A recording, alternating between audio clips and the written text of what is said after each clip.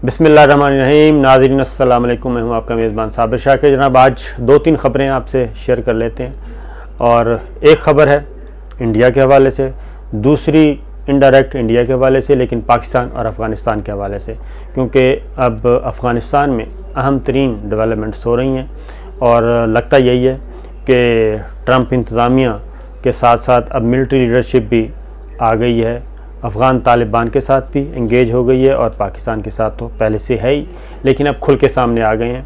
और पाकिस्तान अमेरिकन जो military leadership है अब बराह रास्त वो अफ़गान तालिबान के साथ मुज़ाकरात भी कर रहे हैं, उनके साथ इंगेज भी कर रहे हैं और ख़बरें डिस्क्लोज़ करना शुरू कर दी हैं।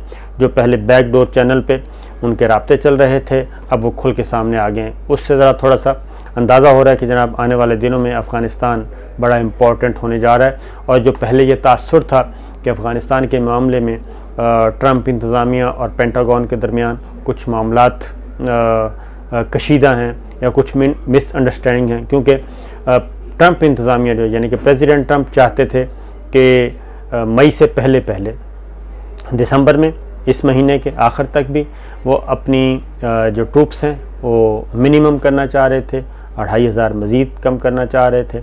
और जबकि दूसरी जानिब जो पेंटागन का था यानी कि मिलिट्री लीडरशिप, इवन उसमें नेटो भी शामिल है, नेटो को भी तहफ़्फ़ुज़ात थे कि इतनी जल्दी हमें अफ़गानिस्तान खाली नहीं करना चाहिए, यहाँ से ट्रूप्स नहीं जाने चाहिए, अगर हमने चले गए तो जो पिछले 20 सालों में कुछ हासिल हुआ है तो वो भी तहस नहस हो जाएगा।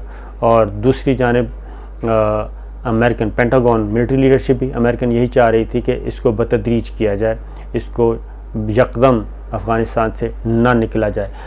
और आपको याद होगा कि ज़ल्म खलीलज़ाद जो कि ख़ास खसूसी तौर पे खसूसी एलची हैं अमेरिका के अफ़गानिस्तान के बारे में, वो जब एग्रीमेंट फ़ाइनल कर रहे थे अफ़गान तालिबान के साथ तो उस वक्त अमेरिका के जो सिक्योरिटी एडवाइज़र है उन्होंने उसकी कॉपी मांगी थी, तो प्रेसिडेंट ट्रंप ने वो कॉपी नहीं दी थी और उनको मना किया हुआ था और फिर उनको सैक भी करना पड़ा था। तो ये सारी चीज़ें, लेकिन अब चूँकि मामला तब आगे बढ़ रहे हैं, नई इंतज़ामिया आने को तैयार है और मिलिट्री लीडरशिप भी अमेरिकन लीडरशिप खुलकर सामने आ गई है। और अब जो चीज़ें सामने आई हैं वो ये हैं कि जनाब कतर में यानी कि दोहा में अमेरिकी जनरल जो हैं उनकी तालिबान नुमाइंदों से मुलाकात हुई है और ये मुलाकात ज़ाहिर कर दी गई है।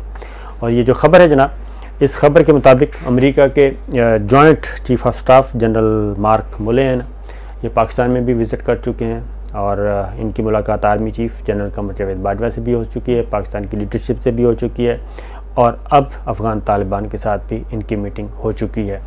और इस वक्त मैं ये भी बता दूं कि अफ़गानिस्तान की जो पॉलिटिकल लीडरशिप है मुल्ला गनी बिरादर की क़यादत में पाकिस्तान में मौजूद है और उन्होंने कल वज़ीर आज़म इमरान ख़ान साहब से भी मुलाकात की और उसमें ख़ास तौर पे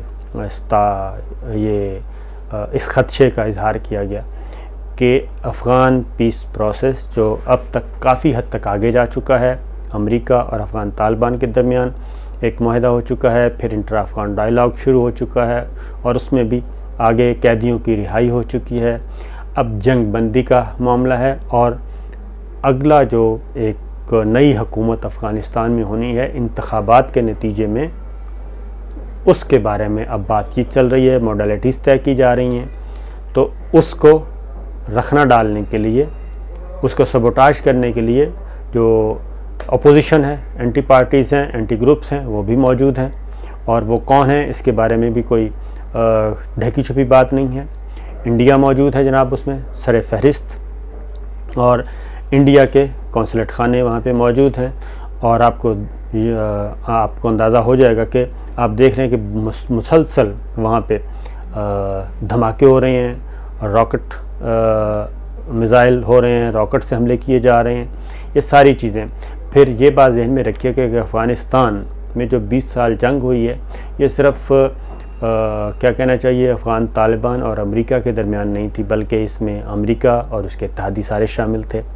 फिर इस रीजन के जो ममालिक थे ख़ास तौर पे जिनके मफादात मुस्तकिल बुनियादों पे हिट होने थे, उनकी प्रॉक्सीज भी अफ़गानिस्तान में लड़ रही थी। उसमें ईरान भी शामिल था, उसमें चाइना भी शामिल था, उसमें रशिया भी शामिल था, उसमें इंडिया भी शामिल था और उसमें पाकिस्तान भी शामिल था। और सब मुल्क अपना अपना मफादात का ख्याल रख रहे थे और ओपन मैदान किसी के लिए भी नहीं था।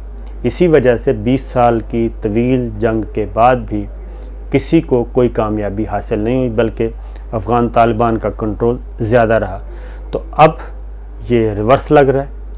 अफ़गान तालिबान की न सिर्फ पॉलिटिकल हैसियत तस्लीम कर ली गई है, एक सियासी जमात के तौर पे उसको तस्लीम कर लिया गया है, बल्कि उसकी अस्करी हैसियत भी तस्लीम कर ली गई है।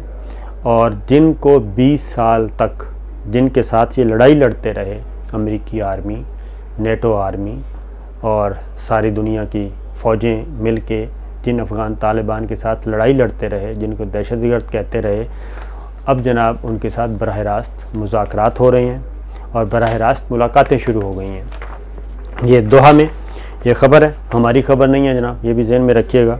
और ये आलमी ज़राया ब्लॉग ये ख़बरें दे रहे हैं और ख़बर के मुताबिक 5 जनवरी तक जनाब वक्फे के दौरान ये हुआ है। अमरीकी जनरल मार्के मुले ने मुलाकात तालिबान और अफ़गान हुकूमत के दरमियान मुज़ाकरात में 5 जनवरी तक वक्फे के दौरान की है और 5 जनवरी से एजेंडे पर मुज़ाकरात जारी रखेंगे। और ये पहली दफ़ा डिस्क्लोज़ किया गया और इस खबर में यह भी बताया गया कि जनाब ये पहली मुलाकात नहीं है अमरीकी मिलिट्री लीडरशिप की, बल्कि इससे पहले भी मिलिट्री लीडरशिप, अमरीकी मिलिट्री लीडरशिप अफ़गान तालिबान के साथ बातचीत कर चुकी है। और 14 माह में गैर मुल्की अफवाज का जो मैंने आपको बताया था एक एग्रीमेंट हुआ था, उस तमाम अब मोडालिटीज़ तय की जा रही हैं, शराइत तय की जा रही हैं। अब ये ख़बरें खुफिया ज़राए से चलाई जा रही हैं, नाम ज़ाहिर नहीं किया जा रहा, लेकिन ज़ाहिर है जी। और ये जून में जी इससे पहले जो मुलाकात हुई तालिबान के अहदेदारों से, जो जनरल मार्क मुल्ले से मुलाकात हुई, वो हुई थी जून में इससे पहले, और उसकी ख़बर नहीं जारी की गई और अब ख़बर जारी कर दी गई। तो चेयरमैन है जनाब, ये चेयरमैन है joint chief of staff Taliban से मुलाकातें करने वाले, और इससे पहले माइक पोम्पियो वो भी मुलाकात कर चुके हैं जनाब। और ये है सूरत हाल अफ़गानिस्तान की। और अफ़गानिस्तान में 20 सालों में हुआ क्या है ये ज़रा थोड़ा सा मैं आपको बता देता हूँ कि 20 सालों में 3,500 इत्तेहादी मारे गए जी, 3,500 3,500 इत्तेहादी मारे गए, जिनमें से 2,400 अमरीकी और बाकी नेटो में मौजूद दीगर अक़वाम के अफराद भी थे। और मज़ीद यह कि जनाब 20,000 से ज़ायद अमरीकी फ़ौजी जो हैं वो इन 19 सालों में ज़ख्मी हुए। 20,000 फ़ौजी ज़ख्मी होकर वापस गए और 19 सालों में आप इस अंदाज़ा कर सकते हैं 1,000 सालाना, तकरीबन 1,000 से कुछ ज़्यादा, और 3,500 मारे गए। और ये निहत्ते अफ़गान तालिबान। और दूसरी बात, ये जो अफ़गान पीस प्रोसेस शुरू हुआ है ये कुछ शौक़ से नहीं हुआ जी। 20 सालों में 1,000 अरब डॉलर, ये हमारे अदाद शुमार नहीं है, यानी कि हम कोई हवाइयाँ नहीं उड़ा रहे, ये अमेरिका के अपने अदाद शुमार हैं कि 1,000 अरब डॉलर जो है वो अमेरिका ने इस ला हासिल जंग में झोंका। और सबसे पहले नेटो ने हाथ खड़े किए, फिर दीगर ममालिक ने हाथ खड़े किए कि जनाब हमारे पास पैसा नहीं है, और उसके बाद फिर ये पीस प्रोसेस शुरू किया गया बअम्र मजबूरी। और अब वो पीस प्रोसेस एक तरफ ये हो रहा है जनाब, दूसरी तरफ पॉलिटिकल लीडरशिप पाकिस्तान का विज़िट कर रही है। जनरल मार्क जो हैं वो पाकिस्तान का विज़िट करके जा चुके हैं मिलिट्री लीडरशिप से। तो अब एक कोशिश की जा रही है और वो ये है कि फ़ौरी तौर पे जंग बंदी कर दी जाए। इस पे अफ़गान तालिबान फ़िलहाल राज़ी नहीं है।